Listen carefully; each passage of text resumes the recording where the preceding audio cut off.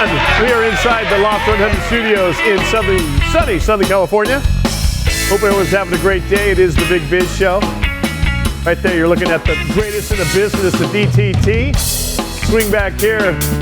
Mike Costa sitting at the bar. We got Mary Godwin. We got Greg Todorov, and of course, Sully. Here's my question. There are bets on things that are in the poly market on not only cabinet people, and apparently, according to Howie, this election was pretty much predicted by the poly markets in terms of what people were betting on, which I think is great because polling, I think you can cherry pick data. And how often has polling been so wrong? Well, it's so subjective, right? And so people, if you're leaning a certain way, you're going to read those polls to read a certain way. I mean, if there was a Republican that wanted to vote for Democrat, they wouldn't admit it openly, and vice versa. Oh, for right? sure. I think because of just hello, no. This is a Trump household, and it's really, but it's not. But the rest of the family is. I mean, I don't think you're going to answer the telephone polls. Yeah, who are they polling? That's what I don't understand. Oh, haven't you gotten answering the polls? Have you not gotten poll phone calls before? I get them all the time, but I don't answer them. So that's what I'm saying. Is like I don't click. Or the if link. you do answer them, you don't tell the truth. No, so I make $500,000 a year, and I'm 6'5". So this is an example of the poly market here for what is being predicted in terms of number of Republican House seats after the election, or Democrat seats after the election. Trump ends the war in Ukraine by the first 90 days. So let's talk about some of this, Howie, because there is a 60%, according to here, 60% chance on ending taxes on tips for service personnel. Talk about that for a minute. Yeah, I think this is going to be a really valuable tool when making guesses about what policies are going to go forward, especially the major ones. I mean, the fact that people are putting money on the certainty of a 90% chance of starting, deportation action in the first 100 days, you have to give some pause and then think about how that's going to affect people and the economy. Wait, step right there. Because according to this, there's a 90% chance of deportation starting in the first 100 days of his presidency. That's what the betting line says, correct? That's what the betting line says. People are putting their money on the line is how much they think about it. And you have to think about how many House seats you're going to have. Can you pass the legislation? What's Trump going to want to do? I mean, there's a lot of things that could go into it. I want to ask Mike. Mike, when you look at the only reason that there is a injury report in the NFL for the betting markets. Yep. How often are the betting markets correct in predicting football games, giving points, taking points? Pardon me. The whole thing is it. They're easily north of the 80th percentile of being correct. Yeah. And it's shocking. It is shocking how they get it down. You literally can go back and say they had it to a point. Mm-hmm. And they factor in all that and again. And this is why when you bet on the favorite, you're not making a bunch of money because it's the favorite. Right. And if there's an upset, which is a course of luck and injury or whatever, I'm talking about football, of course. Talk about ending the war in Gaza. Now, this is something that would come down to Donald Trump's, who loves to do one-on-one with world leaders. Yes. It's something that he's been pretty good at, although I don't know how trustworthy having a one-on-one with Xi Jinping is going to be. But the long story short is there is a 60% chance, according to this betting line. Actually, now it's 40% on this line here. It was 60% this morning. Trump ends the war in Ukraine by the first 90 days. And it's chances are almost even that happens. Talk about that a little bit, because this morning, as you can see, or actually I think it was yesterday or the day before, there was a 60% chance. As you saw the spike there, and then it dropped the day before the election, and then it popped up. I wonder if there's technical analysis available on this so you can predict this just like you can predict stocks. Yeah, I mean, volume is really important. So these don't become predictive until you have enough of a market. So it's important to remember that. But I do think that, a good test will be something like ending the war in Ukraine, because there's some news out this afternoon that the Trump administration is, that the transition committee actually is drafting language on a proposal for that. So if that rises from 17 this morning to whatever it is now or the next couple of days, we'll see how good at predicting these things actually are. And it means that we're going to know, politicians are going to know what to fight against. People are going to know what to expect. It's just more information is usually a better thing. Sunshine, best disinfectant. Hey, just for Mike's sake, click on that NBA champion or Super Bowl champion 2025 and see what it says there. I think number one says there's a 19% chance. It's Chiefs. That it's going to be Chiefs. Come on. Lions is next. Yeah, Lions are super. Click on that. Let's see what that says. Mike, let's see how you feel about this. So there's 19% chance Chiefs. It's all pretty even. Look at Where are the Raiders on? Scroll down a little bit so we can see the rest of the teams. Just watch it, Mary. Oh, there we go. No, I I'm sure Chargers aren't up there either. Who? No, Why do you cover the Chargers? You don't live in L.A.? This dead to me. is already hard enough on me. They're dead to me. Come on, let me see. Chargers. Are the Raiders even on the board? It's No. got to be less than 1%. Less. Okay. Who's? Keep going. Oh, Chargers Chargers are ahead of the Raiders. Yeah. All right, come on. Where's my They're Raiders? still good. Hey, Howie. Where are the? Hey. Negative 1%. But so are the Patriots, too. Hey, Howie, what website is this called again?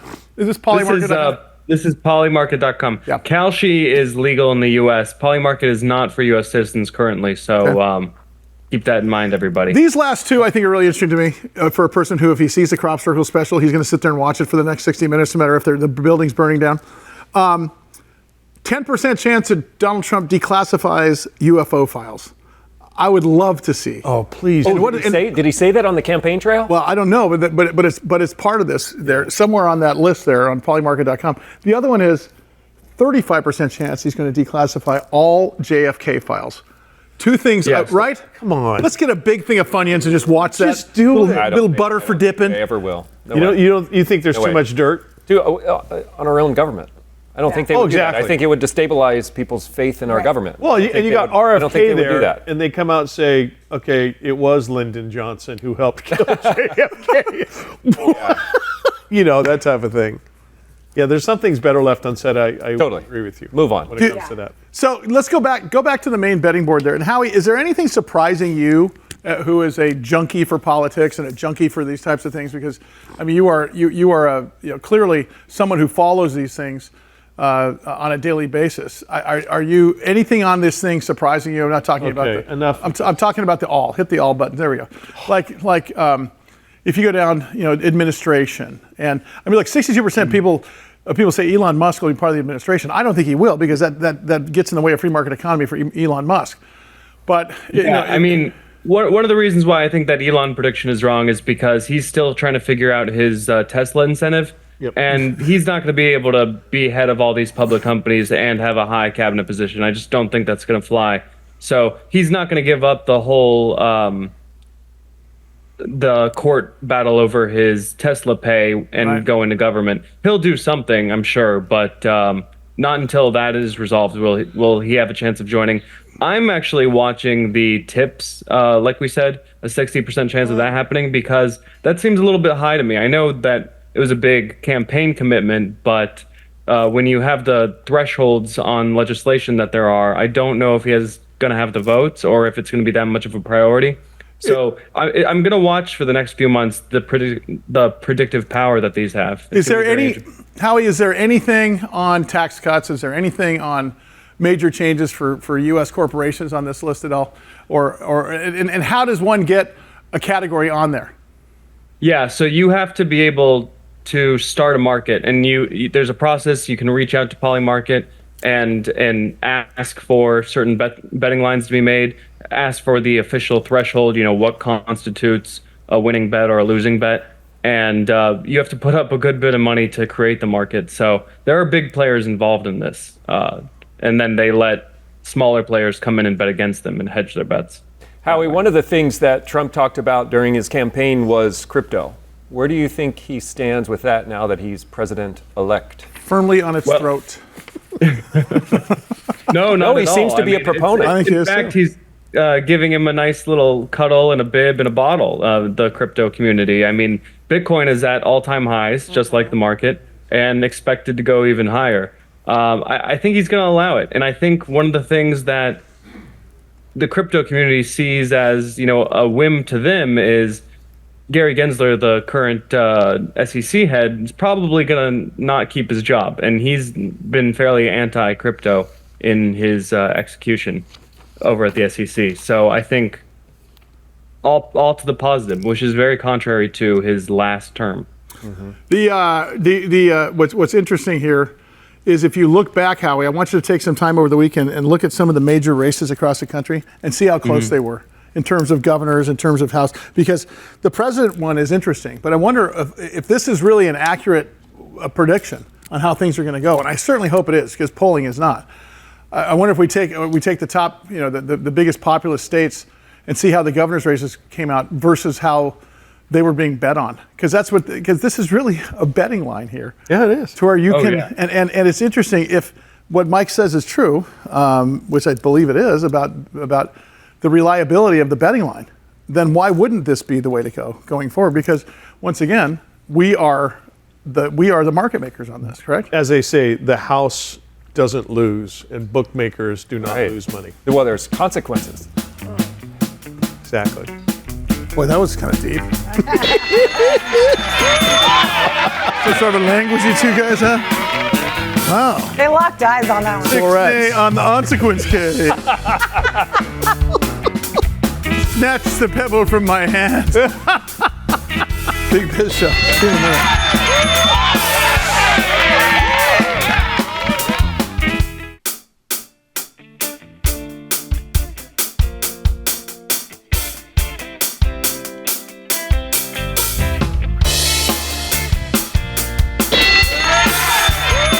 Show rolls on. Another great day in the Loft 100 studios, wherever you're watching. Wherever you're listening, we thank you for being along for the ride. I am Costa. Marybird Godwin is at the bar. And also one of our favorite all-time guests, speaker, CEO, coach, consultant, chief launch officer, Dan Negroni. We're sort of matching today. I know, I just noticed that. Very good together. Yeah. Technically, that is called a Black Watch plaid. Is You're it? from Scotland, yeah. Oh, wow. Yeah. I have Fancy. Black Watch tartan. I think, Tartan. I don't know what brand, maybe it was J. Crew. I thought it was J. Crew. Works. I like it. Okay. I like it. Dan, always great to have you here. Sully and Greg, I'll be honest, I booted him out of the studio. Because when Dan's on tap, it's like, I want to hear what Dan has to say. Yeah. Mary and I have a lot of good questions. You do have a lot of good questions. Get them out of here. That's right. Type of thing. That was nice of you. How did, I don't know, as far as exit polling is concerned, I don't know if the information is out there, but GenZ was going to, and maybe was, a massive part of this election. Yeah, it's interesting year. because they thought Gen Z was going to be a massive part, but I think they were predicting a different result. I think so from too. Gen You're Z. right. That's honest. And so it's really interesting that Gen Z actually did show up. Like I had thought, oh my God, because they were saying Gen Z is going to be so great for the other candidate that they must not have showed up, but they showed up. They were in line on college campuses. We just were a little bit befuddled by how they were going to vote, and I think they voted for, and males versus females was a thing too, but they did show up, which is super cool. My daughter got to vote in her first election. It's That's pretty cool. Yeah. Well, and they kept, they kept on showing videos, especially when they had cameras. It doesn't matter the network. Cameras were out on college campuses, and you saw kids standing in there, even though they may have short attention spans. It's like, okay, I'm going to stand here. I'm going to vote. I think they really cared about, using their vote to make a difference. And so it's interesting. We've talked about on this show not being strategic thinkers or not having gut decisions. But when it came to politics, they showed up and they voted, which is all we wanted from them. I think that's it. I think they probably voted more than ever, right? Because of social media, they were encouraged by the influencers they watch or the celebrities that watch. Were sure. But I wonder how deep of a dive they took into the issues and didn't just vote. Like if they're maybe in echo chambers, which we all are, I think, of whatever the.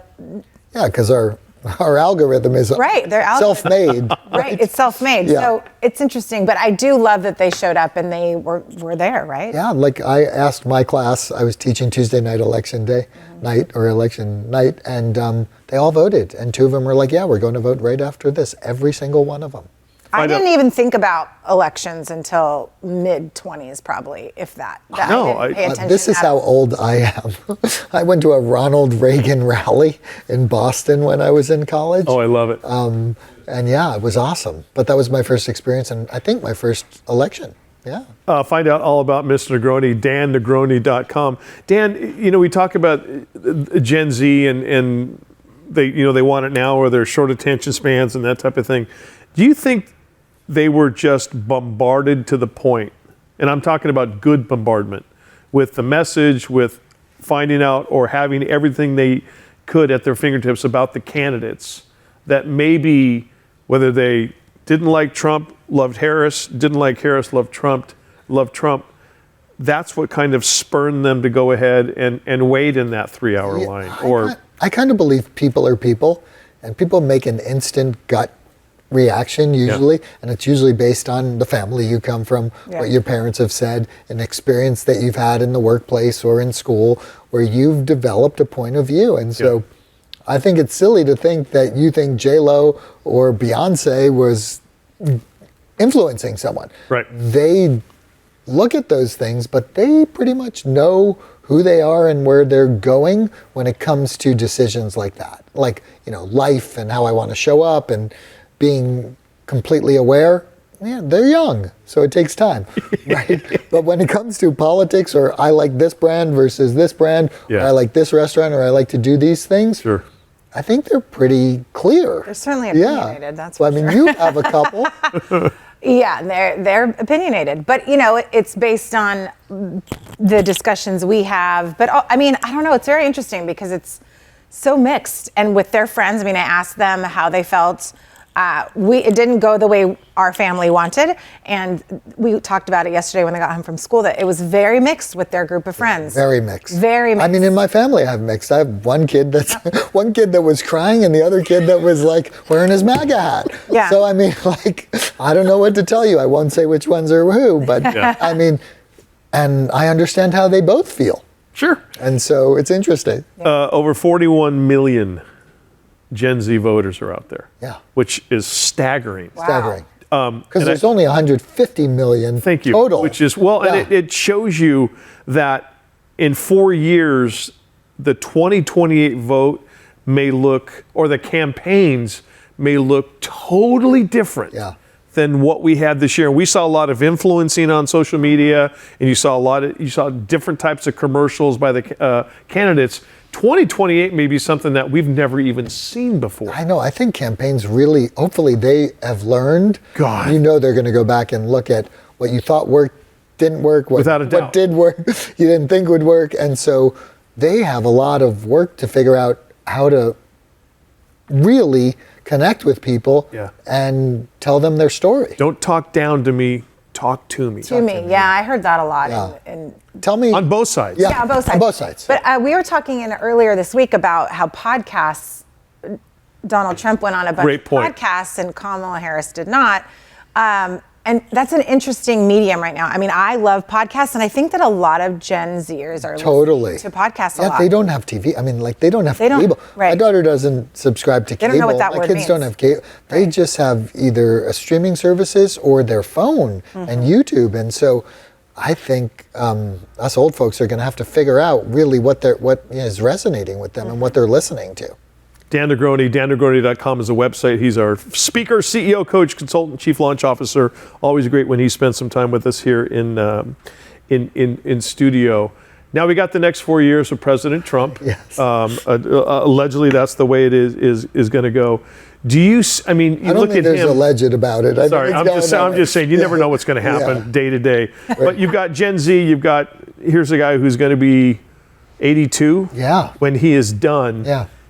Is there a massive disconnect, or does it show you based on the people that voted in this and voted for him that, hey, there really isn't that big of an age? I don't think it's simple. He will have the youngest vice president ever, I think. I was going to say, 40 years old. Right. So actually, as much as Harris said she was next generation leadership, he has his there too. And so they have the future of the MAGA party, the way the Republicans are presenting themselves, whatever it is. And so we'll see how that goes. We'll see if the president allows him some leeway. Just as long as you make Super Bowl Sunday or the Monday after a national holiday. There we go. I'm good. I'm good. How about changing daylight savings? Changing daylight savings time.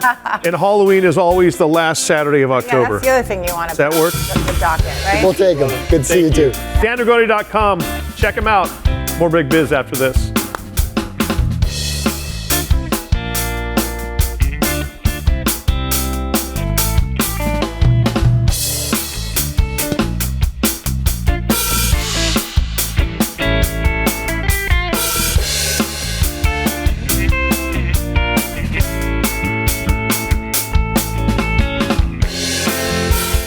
It is time once again for the Sports Biz Minute, brought to you by PrizePicks, largest daily fantasy platform out there in the world today. Sign up at prizepicks.com. We'll start off in baseball. The World Series matchup between the Dodgers and Yankees, featuring the two biggest stars in the sport going head-to-head, caused tremendous demand for tickets. Online ticket seller TickPick said the average ticket price for a game between the Yankees and Dodgers was a record $1,703 on the secondary market. The previous record was about $1,600 in 2016 when the Cubs ended their 108-year championship drought in a thrilling 7-game series against Cleveland. NFL news, in one of the latest examples of media networks battling for bragging rights, Fox Corporation said it has sold out of its advertising inventory for Super Bowl licks in February at record pricing. As part of the fiscal first quarter earnings report, the Fox Sports parent said its ad units are gone more than 3 months before the game. Specific figures have not been released, but sales activity around the game has surpassed a $7 million rate per 30 seconds of airtime. Finally, basketball, Forbes released its list of the most valuable NBA franchises, and the Golden State Warriors topped the list at $8.8 billion valuation. They are followed by the Knicks, the Los Angeles Lakers, Boston Celtics, and the LA Clippers to round out the top 5. I'm Mike Costa. This has been your Sports Biz Minute. Once again, it's brought to you by PrizePicks, largest daily fantasy platform out there today. Simply sign up at prizepicks.com. Once again, here's Sully.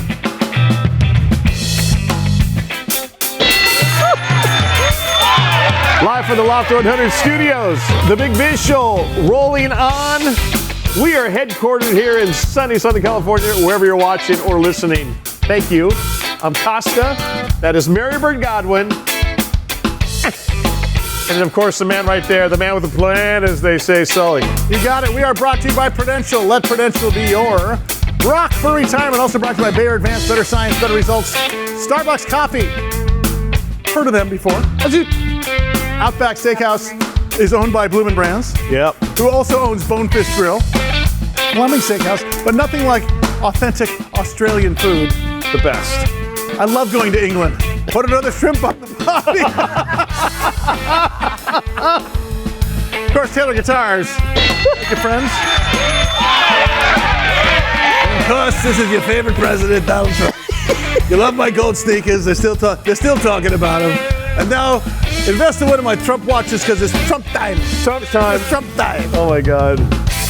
Hey, Steve Phillips is a host of Major League Baseball Network Radio, the Leadoff Spot on Sirius. Of course, you can go to SiriusXM.com. But we're so thankful to have him on the air because I listen to. I'm such a baseball fan. Oh yeah. Enough about my Phillies and my Padres. What do you think about my Phillies and my Padres? Is what it comes down to. Steve joins us now, talking about what's happening post World Series, and of course, Mike Costa, a sports analyst of some sort. Steve, how are you, sir? Good to see you, man. Listen, I'm great. Good to be with you guys. I got to ask you, did I hear correctly that post-World Series, every Major League Baseball players whose lives are in the balance have to be decided like in 5 or 6 days post-World Series? Is that an accurate statement? Well, they have to declare free agency, and so they generally, it's easy, right? They're at the end of their contracts. They've played 6 years or more with a certain franchise, and they can declare free agency. So that part's the easy part. But then they've got the entire winter to try to negotiate contracts and figure out what team they're going to go to and how much money they're going to make. Dodgers become the first team to rally from 5-0 deficit. I love stuff like that. Talk about some of those things that you saw in this last World Series. I mean, really, it was an extraordinary World Series. I mean, the ratings were off the chart. I mean, the highest ratings in about a decade, and the ratings in Japan were even more significant. So all of that was fantastic, right? When you have Shohei Ohtani, Yoshinobu Yamamoto, they were driving forces there in Japan. The Dodgers opening Japan next season again, and so certainly baseball marketing that team. But I think that we had superstars, right? We had we've never seen this before, where we had the AL AL MVP and Aaron Judge and the NL MVP and Shohei Ohtani. They both were the leaders in their respective leagues in home runs. For the first time ever, two guys with more than 50 home runs. You had Judge, who had arguably one of the best seasons ever for a right-handed hitter in the game. Ohtani did something nobody's ever done in a 50-50 season. We had the two best records in baseball, the two largest markets going at it. And quite honestly, it's good for baseball. I know people, sometimes don't like when the large markets and the teams that spend money get in, but the large markets, the health of the large markets really feeds the health of the game. And baseball needs villains. And I think that when the large markets win, people tend to not like them. But yet when they come to your city, you all go out and watch them play. So like true. the Yankees and Dodgers draw more than anybody else when they go to the road cities. And so I thought it was a great postseason, and we had a lot of star power who stepped up big. You mean they'll clear the streets in St. Louis when the Padres show up, Mike? Is that Steve, I want to ask you about, do you think that the Yankees, it came down to the Yankees just totally choking, or was it the Dodgers rising to the occasion, or a little bit of both?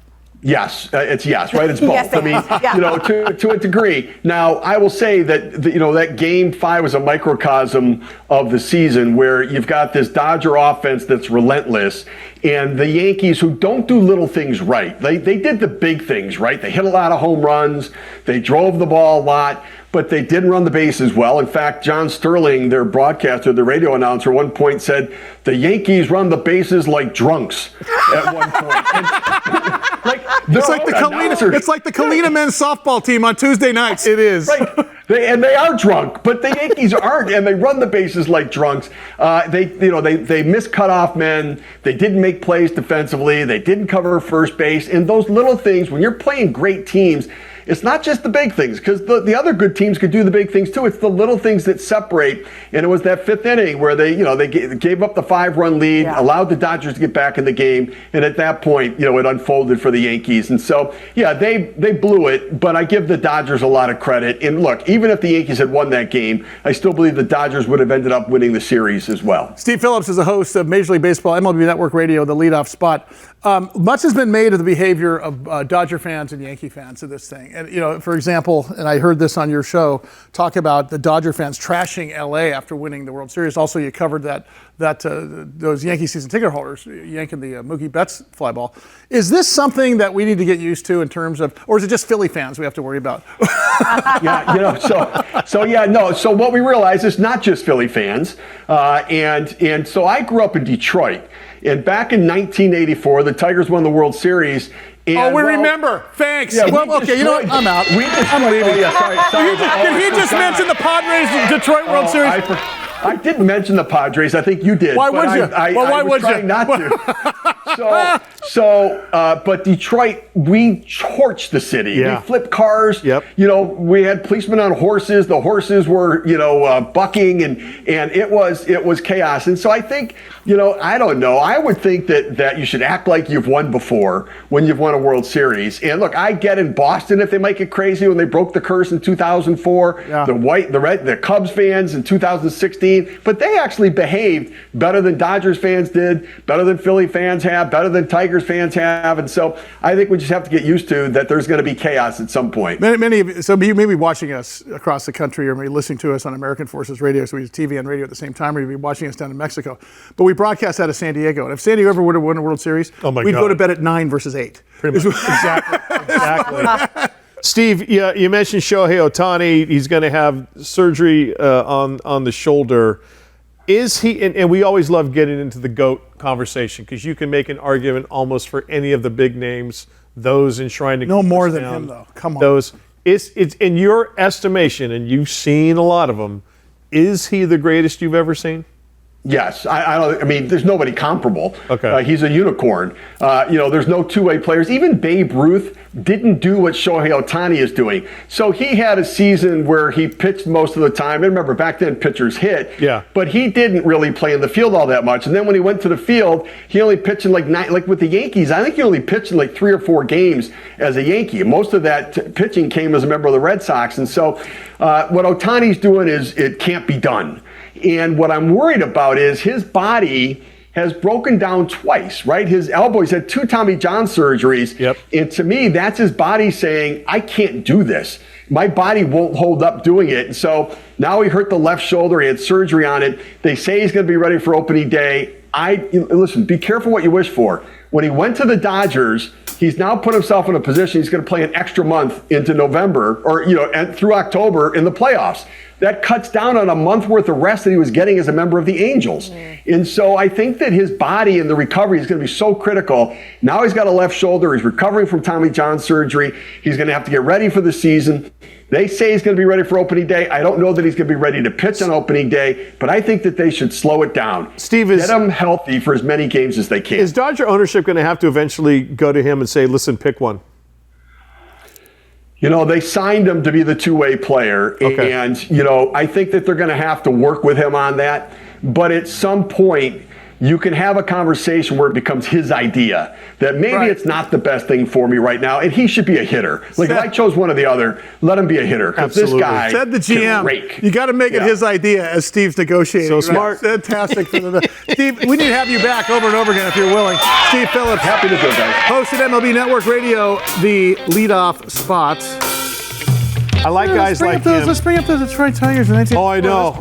Didn't they do a movie called League of Their Own? Yeah, perfect. Thank you, buddy. I appreciate it. The wounded just healed.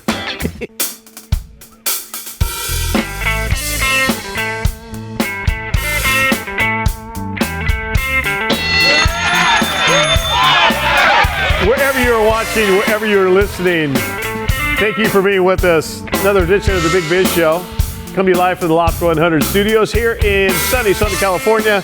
Costa, Marybird Godwin right there in that fine-looking winter sweater. And, of course, Sully. Great to have you along today. Troy Hazard, of course, the author of the book Future Proofing Your Business and the Naked Entrepreneur. Good close friend of mine, business partners, also a host here on BizTV for many years called Getting Down to Business. We'd love to bring that show back. And of course, one of the most prolific keynote speakers in this country, talking about the future and being prepared. Troy is one of those guys that he and his wife, Dom, set up a business plan for their life and their careers about October of every year, and it's a living document. It's something that I think you could do a whole series on, Troy. But what's interesting here is we have to talk about this election because you look at this election unlike any other person I've ever met. And his message overall is the Democrats didn't listen to their customers. And that's why they lost. And I think that is so brilliant. Troy, great to have you, brother. Good to see you, man. How are you? This is what you do anyway. When you go into businesses and consult, you talk about the obvious. So you took this as the Democrats are the business and the voters are the customers. And you're maintaining that. Why was there such a whitewash in the White House? Simply put, because the Democrats just didn't listen to their customers, and their customers wanted something different than they actually pushed. Talk about that for a minute. That's brilliant. Well, there's two ways to look at it. Either the Republicans won the election or the Democrats lost it. And I think that they lost it because they just didn't listen. There was three simple things that America was crying out for. They wanted a better economy, they wanted better borders, and they wanted a better story. And I didn't hear that, in particular, in the last couple of weeks. Coming up to those closing hours, I'm starting to think, wow, this is going to be really, really close. This is going to be something that I can't pick. And so many people around my network have been calling me and talking to me saying, well, what do you think? And I'm literally saying, I don't know. I cannot see a winner here until that last week or so when there was a lot of questions being asked, but not a lot of answers coming forward. What's interesting, when you say a better economy, talk about that, because I think from you and I talking, everyone wanted a better economy, but if I'm not mistaken, you don't think that any solution was shown, correct? No, I don't think so. And then look at the general narrative. The general narrative for me was that they focused too much on their enemy and not enough on the economy. The amount of times that I heard Vice President Harris say Donald Trump in a rally was just extraordinary. And someone said it was like 100 or 150 times in one particular rally. When you are talking that much about your competitor and you don't recognize that you're giving them a leg up because you're talking about them, that's just naive. And it's not because they couldn't have a better conversation. They just didn't have a better conversation. Mary, what's your opinion on this? I totally agree. I many times was watching all the times she was interviewed or speaking, and I thought she's not answering the questions directly enough for people to wrap their heads around. People that are on the fence or not understanding or fearful about the economy and the borders. She was not coming forward enough, and I am a big proponent of hers. I really wanted her to win. I believed in her, but I remember thinking, I don't think she reached the people that she needed to reach. I sort of felt like, and you made a great point earlier, and that's that she was sort of unprepared because she did no choice other than be unprepared. She was thrust. Exactly right. She was thrust into this thing, and what happens when I've seen myself be thrust into things, I tend to use platitudes.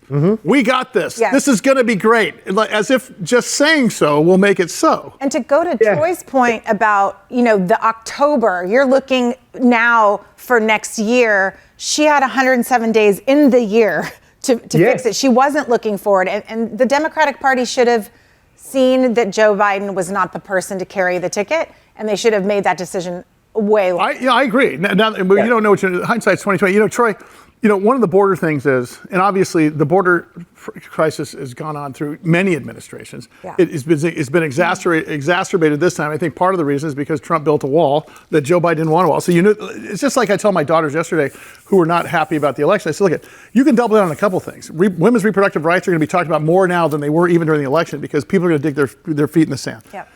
Just like a number of other environmental causes and so on and so forth. Probably even more than if it was President Harris versus President Trump. The one thing about the border is that, don't you think that rather than denying the problem, there should have been some sort of a face forward, like, okay, guys, you know what? We stepped in it, we smeared in the carpet, but I do have a plan going forward. I was so mad that she didn't do that, actually. I 100% think she should have said, this is a mess. This is a full mess. Right, no apology, right, Troy? Right. She didn't do so that. when you couple that with the fact that when asked, could you think of anything that Joe Biden did have changed, and your answer is nothing that comes to mind. Jeff, no. That doesn't help that discussion. No. So now we've got 2 points. We've got the economy and the border with no story that follows it that's better than that we were 4 years ago. So all that means is that Republicans come out and say, are you better off than you were 4 years ago? And everyone looks at it and says, but the interesting part of what you just said there is that if I'm an independent voter, but I wasn't an undecided voter. Don't you think the undecideds, if someone were to be contrite, if someone were to admit, we didn't get this right. I know I've said in public, this is my job. What am I else going to say? I blew it, or we blew it, or what? Any sort of contrition would have moved those undecideds, right? Or yes. No? However, I remember thinking she can't do that. Because then it's going to be she admits spun. fault or something? Yeah, and I just know the other side would have spun it. Could you imagine the headlines if she had said that? I think she tried to, but too late. That's the whole thing about the unvarnished media. I agree. You don't have an unvarnished media that's going to allow you to say something and then come out and when she finally started to say stuff like, well, I'm not Joe Biden, or you could But the point is her that, trying to tear away. But why is the mainstream media? This is why I say Joe Rogan's of the world, the guy who wrote For a Work Week. There's several women podcasts I listen to. All the names escape me right now. They're all looking for. Those guys are not looking for aha moments. Terrestrial news sources are all waiting for aha moments like that. Which is why she couldn't do that, because she would have been pounced upon. Right. Right? Well, they're looking for that. They're also looking for authenticity. We've had 4 years where we just want people to be authentic. Actually, I'll rephrase that. We have had 8 years where we wanted people to just be simply authentic. And if you can do that with intelligent people, and I think we're intelligent, then it's an easier conversation to have. And putting your hand on your heart and saying you've made a mistake, from a leadership perspective, we know that to be a good move. If I'm running a business, I make a mistake, I put my hand on and say, I made a mistake, guys, but let's learn from that and move forward. I didn't hear any of that. Yeah. And in fact, I've not heard any of that for a number of decades. I'd love to hear that in politics. Well, if I want them to stop throwing stones. If you think about the Republicans listening to their audience, that really was a great slogan. Are you better off now than you were for years? Now, maybe not everybody listened to it, but you're listening to your customer at that point. But we're all reeling from COVID still. No matter who was president, we all would have had inflation. So then no why not? What. Then we should say that. She should have said that. I agree. Troy, let's get the next half of this next week, buddy. Such good stuff. Future-proofing your business. Real-life strategies to prepare your business for tomorrow. Today, Troy Hazard, TroyHazard.com. Thank you, pal. I appreciate it. One of my favorite guys in the whole wide world. More Biz coming up. Stand by.